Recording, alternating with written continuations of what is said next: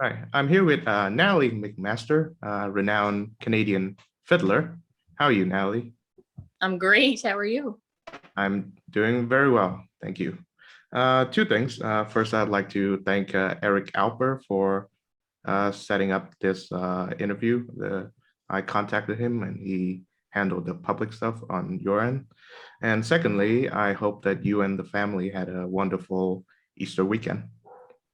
Yeah, it was fantastic. Thank you very much. Easter is always a exciting time for our family here, and we have traditions. And it's interesting as I go through life as a mother now, I realize the importance of tradition. It's amazing how the kids really attach so much of the structure of their day, their week, their year on traditions that I suppose I took for granted as a kid, but I certainly see the value in them now. Yeah, awesome. Yeah, Mhm. we get to that part about tradition later on, but I'd like to begin by mentioning a previous guest of the show and a personal friend of mine. She lives in Peterborough. Her name is Amelia Shadget. She's 15 and she goes by Irish Millie. She's a fiddler. She recently was nominated for a Canadian Folk Music Awards award. Um, and she credited you as her inspiration for picking up the fiddle. Her bio says that when she was she started hearing you, Natalie MacMaster, playing the fiddle, and at the time, she wanted to do that, and she's been doing that ever since. So, That's so awesome. I certainly have heard of her. yeah. And I've actually met her. I did meet her once Oh, years wow. ago. Yeah. Wow. Yeah. Yeah, I like to Yeah. She's hear. doing great. Yeah. Okay, so you guys have met, and that's great. Yeah. I'd like to hear talk to me about that.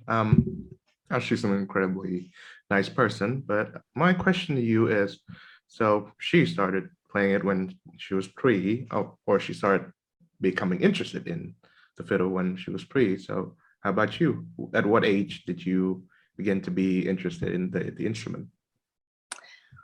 I was actually, I mean, I grew up in a very musical home. So, I mean, I step dance, played piano before I was ever playing a fiddle. But I was 9 years old when I received my first fiddle. I didn't seek it. We had fiddles in our house when I was growing up. We had fiddles all through our house, and they were full size fiddles. And my parents didn't think of kids playing. There was no kids that played on the island at that time. You had to be kind of wait till you're big enough to hold the fiddle. But so yeah, it wasn't. They were just there, and they were too big for me. But I received a three-quarter size violin from a grand uncle in America who's lived in Boston actually, and yeah, that's how I started. So everybody has a story, right? Some people, I didn't come to it through an obvious request where I want to play fiddle. It was more given to me, shall we say. And when I started the actual fiddling, I had been courting to fiddle tunes prior to that, and I'd been singing Gaelic songs. A lot of the Gaelic songs have fiddle tune melodies, and I had step danced as well for since I was 5. So a lot of the language of the fiddle was already in my head, so it was a much easier transition. Wow. Yeah.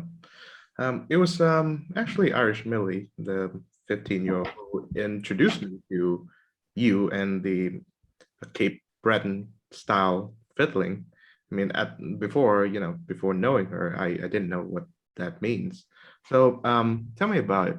Were you born in Cape Breton? And I'll have to thank Irish Millie next time I see her for the gig. Look at her doing my promo work now. there we go. Pretty sweet. Yeah. And what was the question?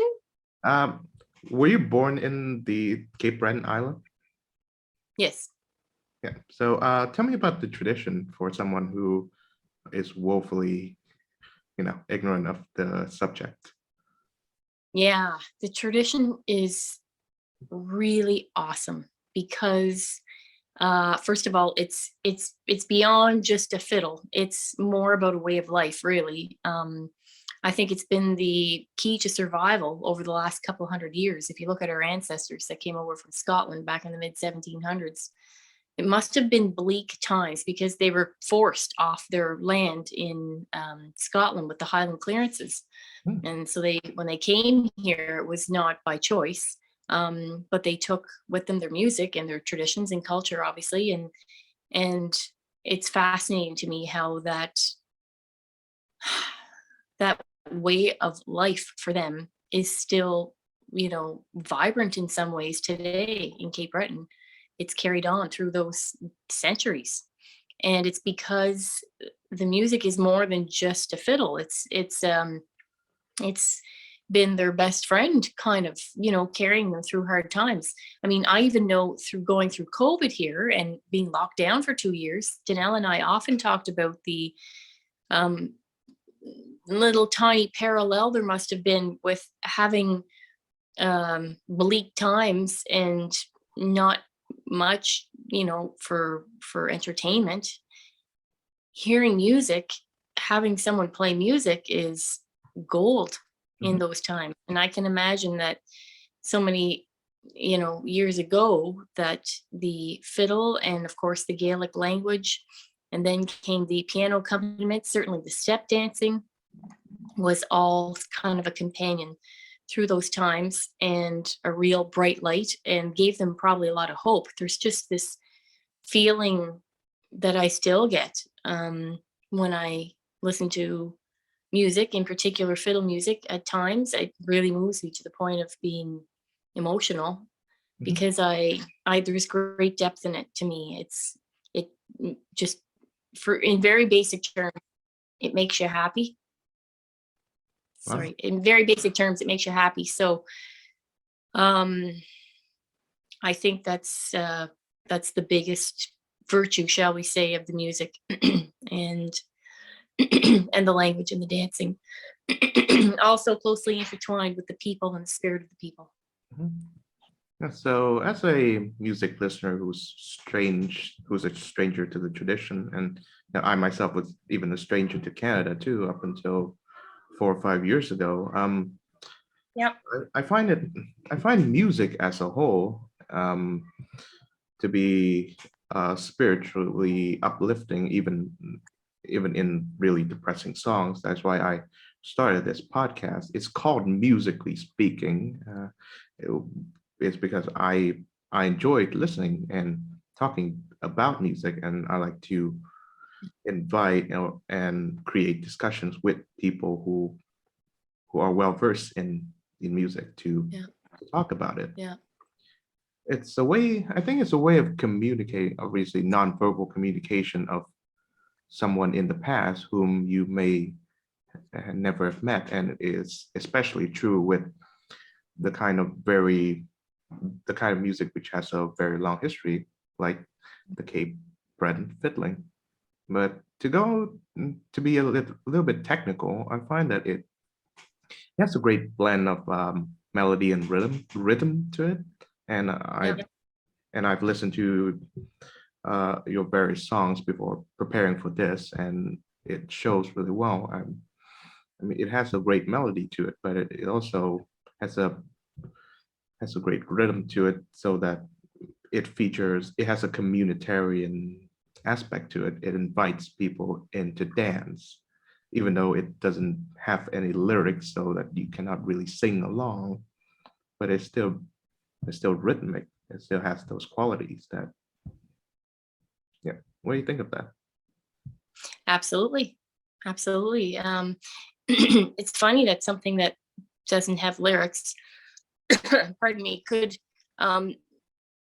withstand the passing of the ages and fads that come and go. Lyrical music is what we hear on our mainstream radio stations and networks and media in general. But yet there's a real strong connection, I guess, with instrumental music. I mean, this fiddle music of Cape Breton has lasted longer than any fad in one sense, like the trends of modern music, they they come in and out, and they've evolved so much over the years. Yet there's this timeless music that really hasn't evolved that much since it came over in the mid 1700s, and it's still alive and well and thriving. So it does say a lot. It does. Yeah. Um, so who were you inspired by as a up and coming fiddler who was studying her craft, even like from the point where you first started picking up the instrument until you become proficient at it? That's right.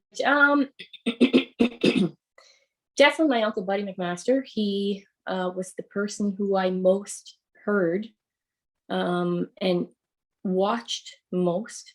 Not only listened to him, but I watched him play so much during my very formative years from age, say, 10 to 20, and more in particular, 10 to 16, because every family function, wedding, funeral, Christmas, Easter, baptisms, funerals, we had live music, and Buddy was the guy. He was the guy playing. Mind you, I had other uncles and aunts and cousins that played and sang and danced, but if you look up most famous fiddler of Cape Breton Island, you might see Buddy MacMaster's name show up. Certainly, Followed by he yours. is one of the most popular ever, if not the most. And he passed away a few years ago, but I was lucky to have recorded with him. We did a duet CD back about 10 years ago, maybe 15 years ago now. And then I went through a period of time where I was really influenced by Mark O'Connor. I started getting out of, I wouldn't say getting out of it. I started broadening. In my travels, I met all sorts of different people and different players, and got introduced to different styles of fiddle music. And the one that had the most impact on me was Mark O'Connor. He's like an American player. You can Google him and you'll see all sorts of stuff. He's just out of this world. He's superhuman. Then another girl, Eileen Ivers. I was very influenced by her in my mid to late teens. And and even my husband too. Like when I first heard his music, it's a lot of technical accomplishments for him that I didn't know could be done on a fiddle. He's like a knock your socks off kind of impressive sound, impressive technical ability. So even before we got married, I was influenced by his music. Of course, more so now that I hear it so often, and play with it. And it's interesting when we play music together, it's actually kind of like a marriage because our styles are very, very different. So we really have to, we've really gotten good at listening to one another's subtleties within the music so that we can, make beautiful music together, as they say. Mhm.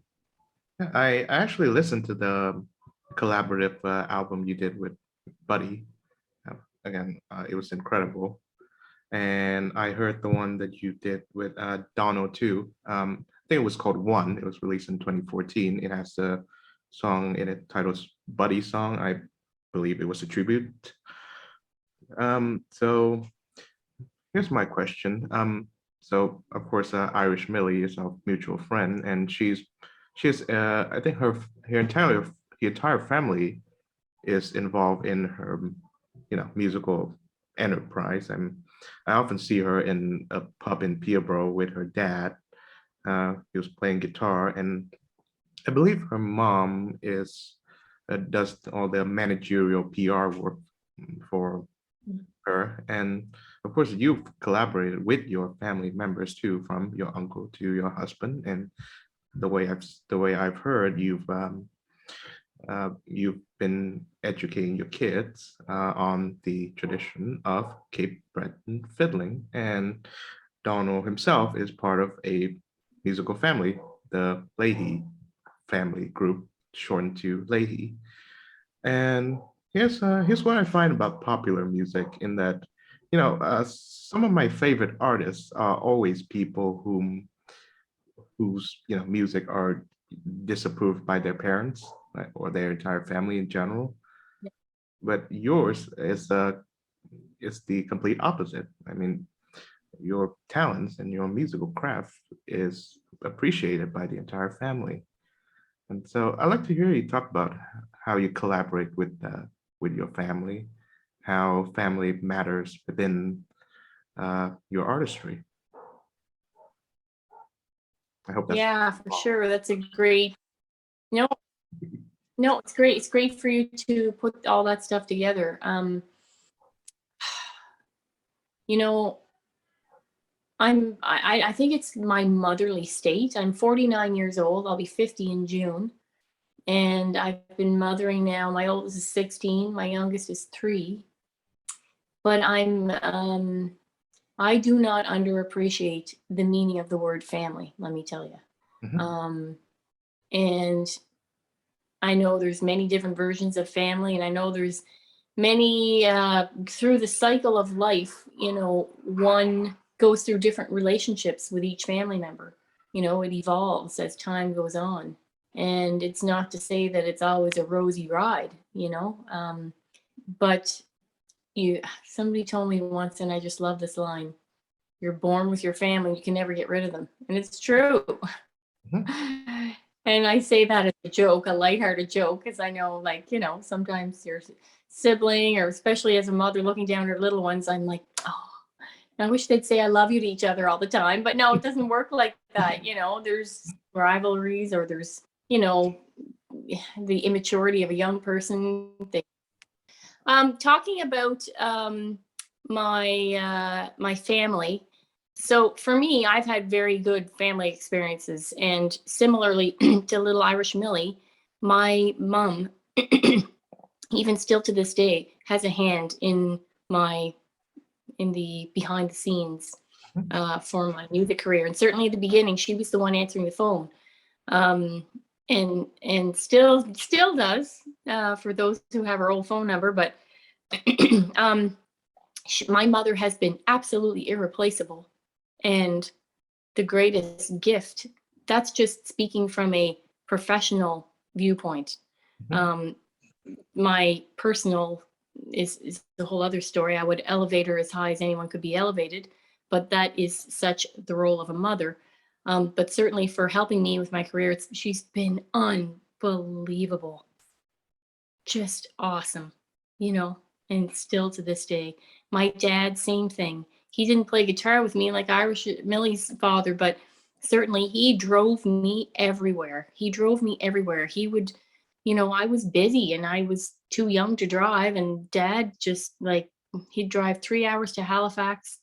So I could play that night. I'd be out of there by 1 in the morning. We'd get home at 4 in the morning.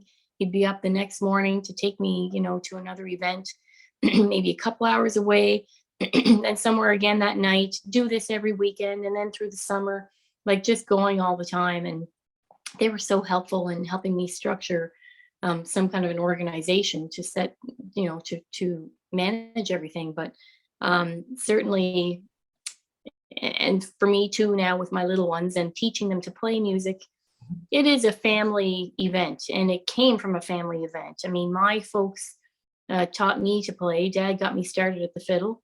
And, my uncle had such a pivotal role in that. And, I see the music as a hand-me-down tradition, as certainly for Cape Bretoners.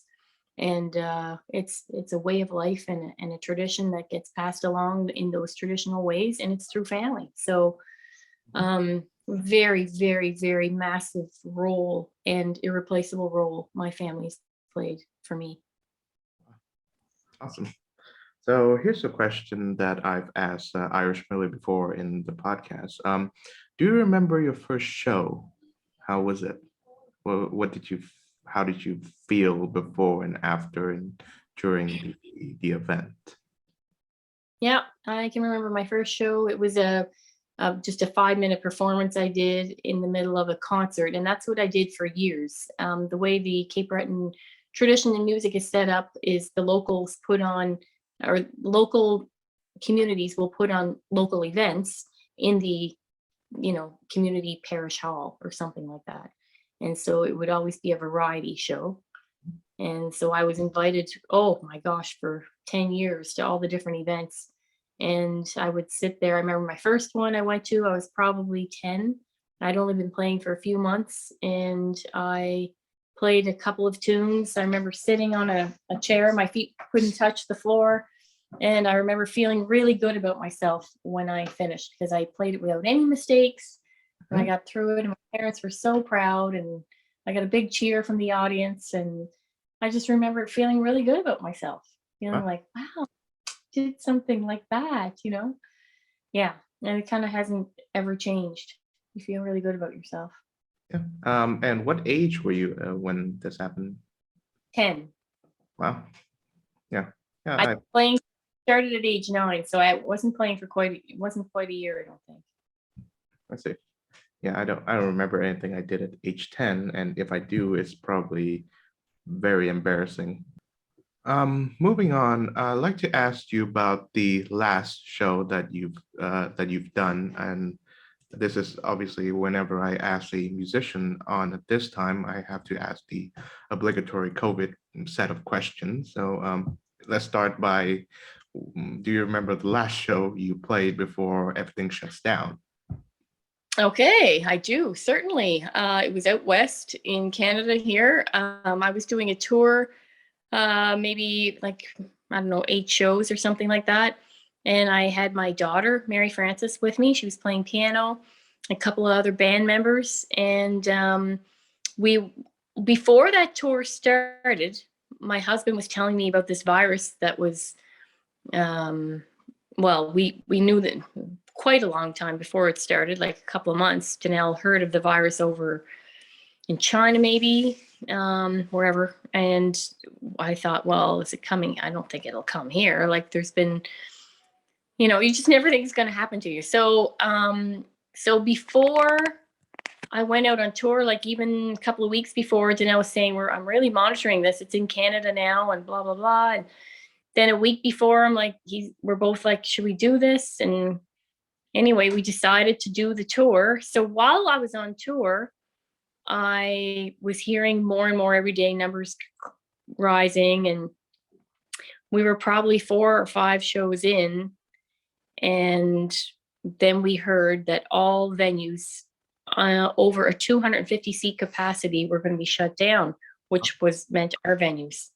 Yeah. And it was a weird, not very nice feeling. At that point, I was like, I just need to get home with my family. I just get me home with my family, because they were shutting everything down more and more and more. I had this sense of just motherly, right? Protect, like, you got to be with your children. And I did not want the separation. So I was eager to make that last flight home. And I haven't made a flight since. Mhm.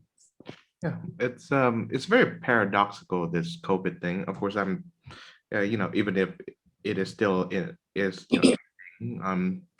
we're still trying to figure out what the heck happened in the past 2 to 3 years.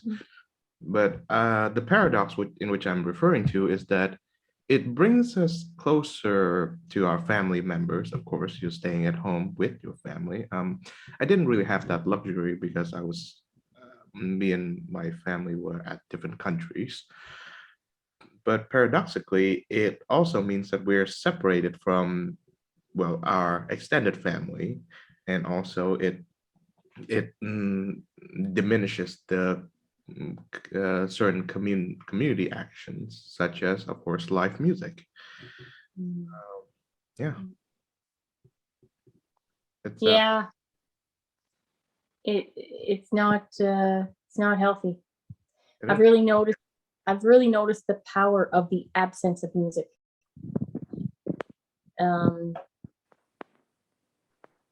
I personally feel like the world is starved for live music.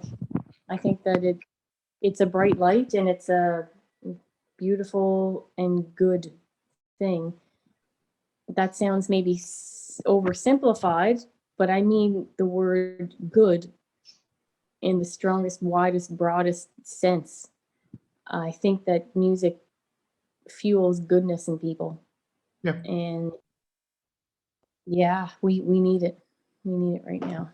Yeah. But anyway, it's not, we're the first to go kind of thing in one sense, because playing music to the masses, you don't collect with the masses anymore. Certainly in Canada now, I have noticed, it's funny, I was watching, this is months ago, I was watching something on TV. The boys in here were watching some sports, and must have been down the States or something. But anyway, I was looking at this stadium full of people, and they were all there, and I don't think there was masks or anything. And I was like, why can't I play in a place like that? I'll go there. I'll take my fiddle. I'd play for those people. Anyway, we don't know why the regulations are so varied in different places, but certainly for us, we've felt the sting of not being able to play for people. I hate it. Yeah, me too. Of course, my first experience watching a live concert was actually in Canada. I was in Toronto. Well, personally speaking, there was an Elton John concert scheduled in Toronto, which I bought tickets for, which was canceled because of the virus. And that was really bad, amongst many other things which came to follow. Of course, I've heard about the virus since the beginning of the year, but like many, I was not well prepared or heeded the caution enough to be more cautious. But do you look forward to hearing or performing live music again? Oh my goodness, yes. Yeah, like for I just stated, also for I really believe without a shadow of a doubt that that's what I was created for. That's one of my purposes on this life, is to play music, because I've done it for 40 years and I know what it feels like to me, and it's a passion, and that's where I give some of my best giving, and that's where I receive some of my best receiving. And I'm a part of who I am has been somewhat dormant in the past couple of years, and it doesn't feel nice. It feels something's been taken from me almost. And luckily I have lots of other great parts or elements of who I am as a person, like my motherhood and my wifehood, what we call it, my marriage, and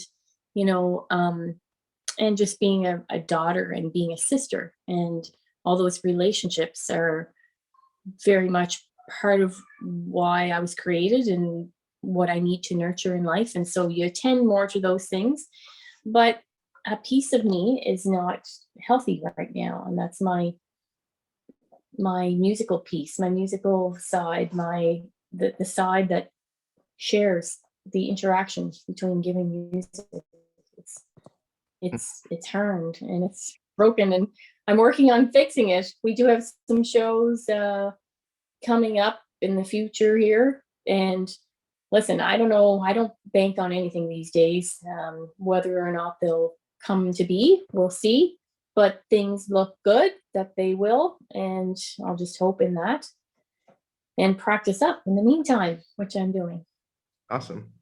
So I should mention too, Trong, that my children and I were talking about good things that have come from the pandemic, and it's important to keep that in mind too, things that would not normally have come. One of them is one of my daughters. She's always wanted to go into competitive gymnastics, but wasn't able to, and because we didn't have the time to dedicate to that. So she's, not that she's had any competitions, but certainly she's getting in more gymnastics because we have the time. We're home more. Another great thing that has happened is Danelle and I purchased some studio equipment, which we never would have done in a million years. Like, that is so not who we are. But we were working on a recording at the time and wanted to finish it, so we bought our own equipment. And because of that, it has been a great source of music. You're not playing for people, you're playing for a microphone, but the hope is there that that the creations will be listened by people on our CDs, and even more importantly, it's spurred on our kids In particular, my oldest daughter, who's going to do her own recording now as well, because she's gotten quite fond of the recording process, and it's encouraged her to write music and to, focus more on her technical ability, and all of that. So those are good things. Yeah. Of the things that are, if I were to make my personal list, I mean, I think one of them being that I became a bit more connected to my family. My calls to my parents at home were more frequent when lockdown begins. And number two is this show that both of us are on right now. It started as a necessity because I cannot go into the studio to make live recording. So they asked me to do this and do pre-recorded audio files and clips instead. So I thought to myself, well, what if I can make a podcast out of it? And here we are. And here we are. Yeah. There you go. Of course, and I believe you too miss traveling, but I assume as a touring musician that must be very, very exhausting. So how do you handle the traveling part of uh, of performing? I get paid to travel. I don't get paid to play. It's the traveling that's the work. Absolutely. Yeah. I do not like traveling. Mhm. It's just a part of what I do. So I don't miss that at all. Yeah. Miss being on stage, and unfortunately you got to travel to get to the stage. Mm. So someday maybe I'll make a big building and people will come to see us, and then we won't have to do the traveling. Well, yes, Las Vegas residencies are invented because of that, I guess. But Yeah, right. yeah, it's amazing, isn't it? Like how air travel was regarded as a miracle 100 years ago, but now it's kind of like an annoying part of life that we all have to go through. Funny. Eh? Yeah. Yeah. Yeah, but of course, I would assume as musicians and a creative person, you obviously prefer the part where you compose and perform music to the act of traveling from place to place to perform it. Um, so we touch on modern music before, like pop music. Do you listen to or are inspired by current popular music, like the kind of songs with words in it? Oh yeah, very, very. Did you say warts? Words. Sorry. Oh, I don't know. Anyway, I definitely am influenced by popular music big time, like hugely. Even in my earlier recordings, I was such a huge Michael Jackson fan. And I remember, being really into like the popular music of the time. I think Whitney Houston was someone I also just adored. And I remember just different bands, and my brothers too were into, I listen, believe it or not, AC/DC and Def Leppard, because I heard that a lot growing up because they were into that. So believe it or not, that stuff has influenced my music, because it's given me a real taste for pop music and for rock and for creativity. And some of that stuff was so cutting edge at the time that it came out, and even continues today. I'll often hear, I'll be in a store for something, I'll hear a pop tune, and I'll take out my voice memos phone and sing a melody over top, which will lead to some kind of new piece of music. So we get our inspiration, we meaning musicians get our inspiration from all sorts of avenues, and most often not the typical ones. The freshness comes from getting inspired from things that aren't part of what your music is sometimes. This is my favorite part when I chat with musicians, of hearing about their influences, which can often be very eclectic and unexpected. So Here's a question. Recently, I listened to Allison Krauss. She's she's part of the American bluegrass tradition, and rock and roll fans know her because of this album she did with Robert Plant. Yeah. Do you regard her as an influence, As Allison? an influence, I wouldn't necessarily say an influence so much as an inspiration. I had the good fortune of meeting Allison Krauss when I was 16 years old. She was 16 as well. Mhm. And we were in a fiddle workshop together at the Vancouver Folk Festival. That and it was maybe 4 or 5 years later, I heard her singing. I was in college and a friend said, I said, "Who's that? Sounds awesome." She said, "That's Allison Krauss." I'm like, "She's a fiddler, not a singer." I had no idea that singing was her thing. I thought she was a fiddler.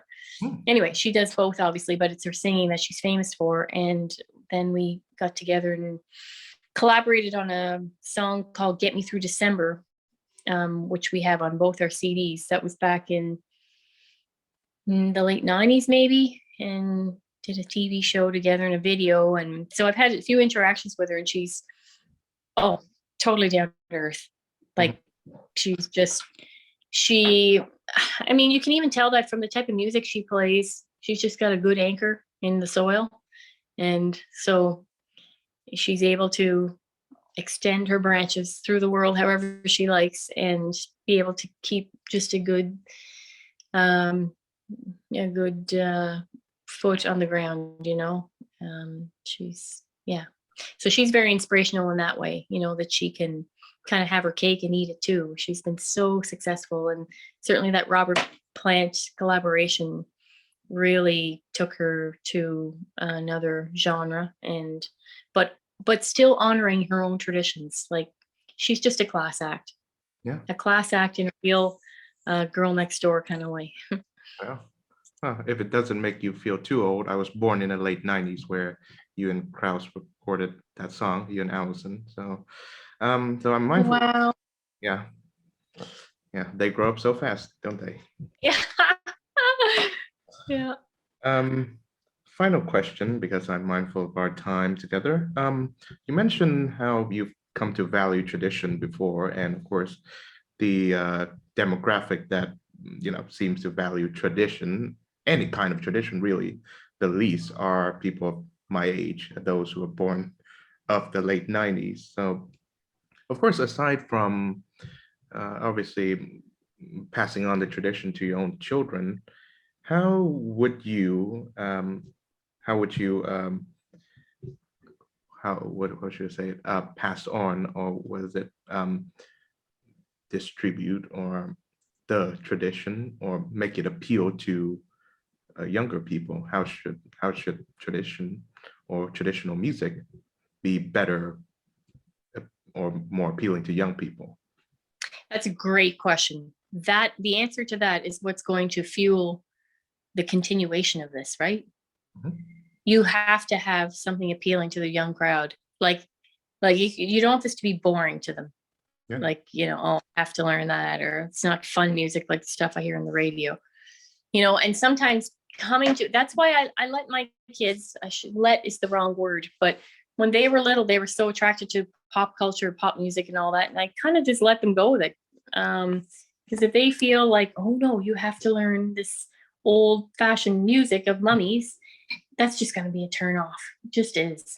Mhm. So yeah, they listen to whatever they want, and they've become their own unique individuals, and they listen to fiddle music too, because I always have fiddle music just playing in the background during mornings, like when we're getting ready, for our day or school or chores, whatever it is.